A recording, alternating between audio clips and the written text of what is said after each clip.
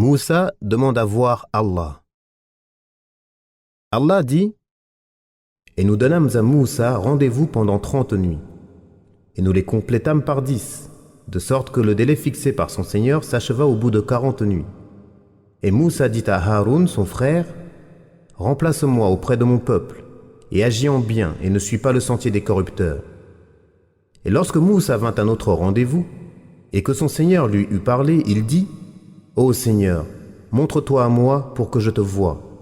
Il dit: Tu ne me verras pas, mais regarde le mont. S'il reste à sa place, alors tu me verras. Mais lorsque son Seigneur se manifesta au mont, il le pulvérisa. Et Moussa s'effondra foudroyé.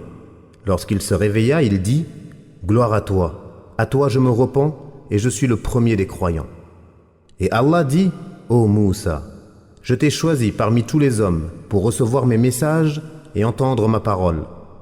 Prends donc ce que je te donne et sois du nombre des reconnaissants. Et nous écrivîmes pour lui, sur les tablettes, une exhortation concernant toutes choses et un exposé détaillé de toutes choses. Veille à les appliquer strictement et ordonne à ton peuple d'en appliquer les prescriptions les meilleures. Bientôt je vous ferai voir la demeure réservée aux pervers. J'écarterai de mes signes ceux qui, sans raison, s'enflent d'orgueil sur terre. Même s'ils voyaient tous les miracles, ils n'y croiraient pas. Et s'ils voient le bon sentier, ils ne l'empruntent pas. Mais s'ils voient le sentier de l'égarement, ils l'empruntent. C'est qu'en vérité, ils traitent de mensonges nos preuves, et ils ne leur accordent aucune attention. Et ceux qui traitent de mensonges nos preuves, ainsi que la rencontre de l'au-delà, leurs œuvres sont vaines. Seraient-ils rétribués autrement que selon leurs œuvres? Un groupe de savants, parmi les pieux prédécesseurs, parmi lesquels Ibn Abbas, Masrouq et Mujahid, ont dit que les 30 nuits représentent tout le mois de Dhul Qa'da et qu'elles furent complétées par 10 nuits du mois de Dhul Hijjah. Allah s'adressa à lui, le jour du sacrifice, le même jour où Allah compléta à Muhammad sa religion et établit ses preuves et ses arguments. L'essentiel est que lorsque Moussa atteignit le terme de son rendez-vous, il jeûnait et n'avait consommé aucune nourriture tout ce temps. À la fin du mois, il prit, dit-on, une écorce d'arbre et la mâcha afin de purifier son haleine. Allah lui ordonna alors de jeûner 10 jours supplémentaires, ce qui fit 40 nuits. C'est pourquoi il est authentifié que le prophète a dit: L'haleine du jeûneur est plus agréable auprès d'Allah que l'odeur du musc. Après avoir pris la décision de partir au rendez-vous, il demanda à son bien-aimé, auguste et vénérable frère Haroun de le remplacer parmi son peuple, lui qui est son frère de père et de mère, et son second dans sa mission. Il lui laissa des recommandations et lui donna des ordres, et cela n'est nullement en contradiction avec son rang dans la prophétie. Allah dit: Et lorsque Moussa vint à notre rendez-vous, au moment où il lui fut ordonné de venir, et que son Seigneur lui eut parlé, derrière un voile, mais il lui fit entendre sa voix. Il l'appela, s'adressa à lui et le rapprocha, et c'est là un degré élevé, une citadelle imprenable, un statut sublime et un rang éminent. Qu'Allah fasse ses éloges et le salut dans cette vie et dans l'au-delà. Après avoir acquis ce statut élevé et ce degré sublime, et après avoir entendu l'appel d'Allah, il demanda à ce que le voile soit levé. Il dit alors au Tout-Puissant, celui que les regards ne peuvent saisir, celui dont les preuves sont claires: Ô Seigneur, montre-toi à moi pour que je te voie. Il dit: Tu ne me verras pas. Il lui montra ensuite qu'il ne pourrait pas supporter sa vision, car même le mont, qui est plus solide et plus résistant qu'un être humain, n'a pas pu résister lorsque le tout miséricordieux se montra à lui. C'est pourquoi il dit: Mais regarde le mont. S'il reste à sa place, alors tu me verras. Dans les livres anciens, on rapporte qu'Allah lui dit: Ô Moussa, aucun être vivant ne peut me voir sans mourir et aucune chose ne peut me voir sans être réduite en poussière.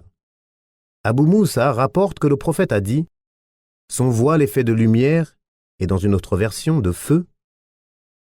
S'il le levait, les lumières de son visage brûleraient tout ce qu'embrasserait son regard. Ibn Abbas expliquait la parole d'Allah: Les regards ne peuvent le cerner. Il s'agit de sa lumière. S'il se manifeste à quelque chose, rien ne lui résiste.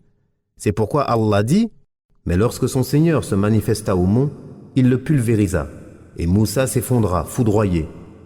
Lorsqu'il se réveilla, il dit: Gloire à toi je me repens, et je suis le premier des croyants. Mujahid a dit à propos de la parole d'Allah, « Mais regarde le mont. S'il reste à sa place, alors tu me verras. Le mont est plus solide et plus résistant que toi. » Mais lorsque son Seigneur se manifesta au mont, il ne résista pas et fut entièrement pulvérisé. Voyant cela, Moussa tomba foudroyé. Nous avons rappelé dans At-Tafsir, d'après Anas, le messager d'Allah récita, mais lorsque son Seigneur se manifesta au mont, il le pulvérisa et dit, de cette manière, en mettant le pouce sur le bout de son auriculaire, et la montagne s'effondra. Lorsqu'il se réveilla, il dit, gloire à toi, par sanctification, glorification et exaltation montrant qu'aucune créature n'est en mesure de voir Allah dans sa toute-puissance. À toi je me repens, je ne demanderai plus à te voir, et je suis le premier des croyants.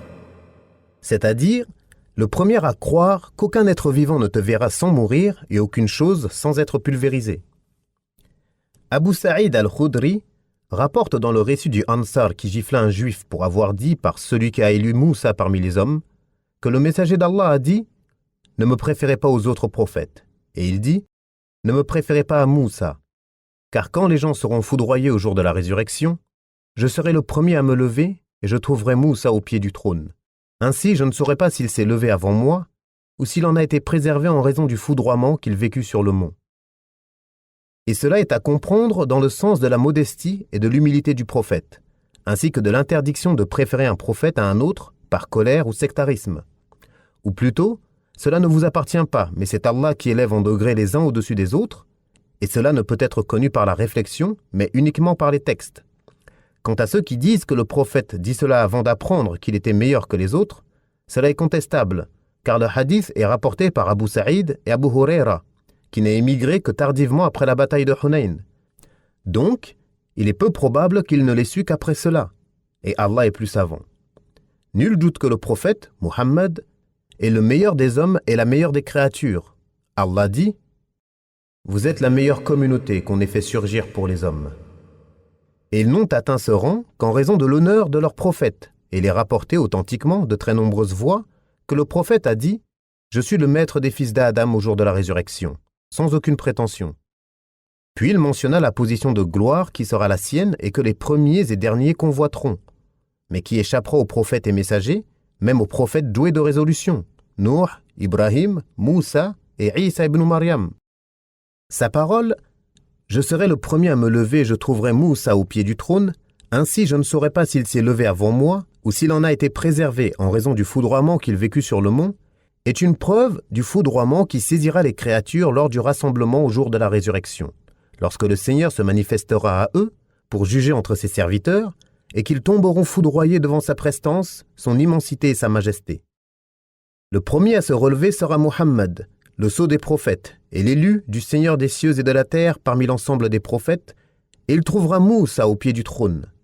Et le véridique dit, « Je ne saurai pas s'il s'est levé avant moi, car son foudroiement aurait été plus léger, ayant déjà subi un foudroiement sur terre, ou s'il en a été préservé en raison du foudroiement qu'il vécut sur le mont, lui évitant ainsi d'être foudroyé à nouveau. C'est là un honneur immense accordé à Moussa, mais cela ne signifie pas qu'il soit totalement meilleur, et c'est pourquoi le prophète indiqua l'honneur et le rang qui est le sien de cette manière. Ceci car lorsque le musulman gifla le juif lorsqu'il dit « Par celui qui a élu Moussa parmi les hommes », cela a pu faire ressentir aux gens présents qu'on lésait Moussa, et c'est pourquoi le prophète rappela son rang et son honneur.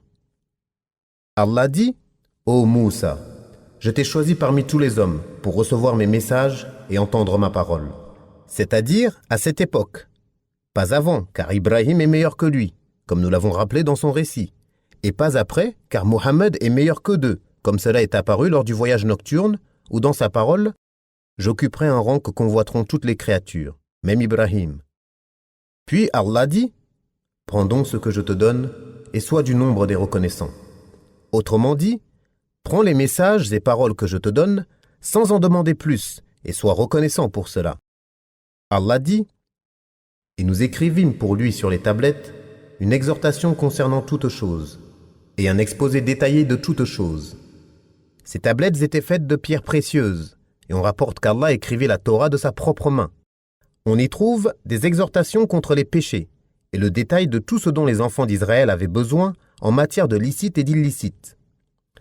Veille à les appliquer strictement, avec une volonté et une intention ferme et sincère. Et ordonne à ton peuple d'en appliquer les prescriptions les meilleures, de les appliquer de la meilleure façon. Bientôt je vous ferai voir la demeure réservée aux pervers, c'est-à-dire la fin réservée à ceux qui s'écartent de mon obéissance, s'opposent à mon ordre et renient mes messagers.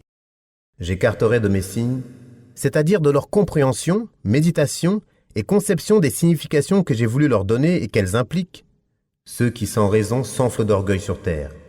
Même s'ils voyaient tous les miracles, ils n'y croiraient pas. Quoi qu'ils puissent voir comme prodiges et miracles, ils ne les suivent pas. Et s'ils voient le bon sentier, ils ne l'empruntent pas. Mais s'ils voient le sentier de l'égarement, ils l'empruntent.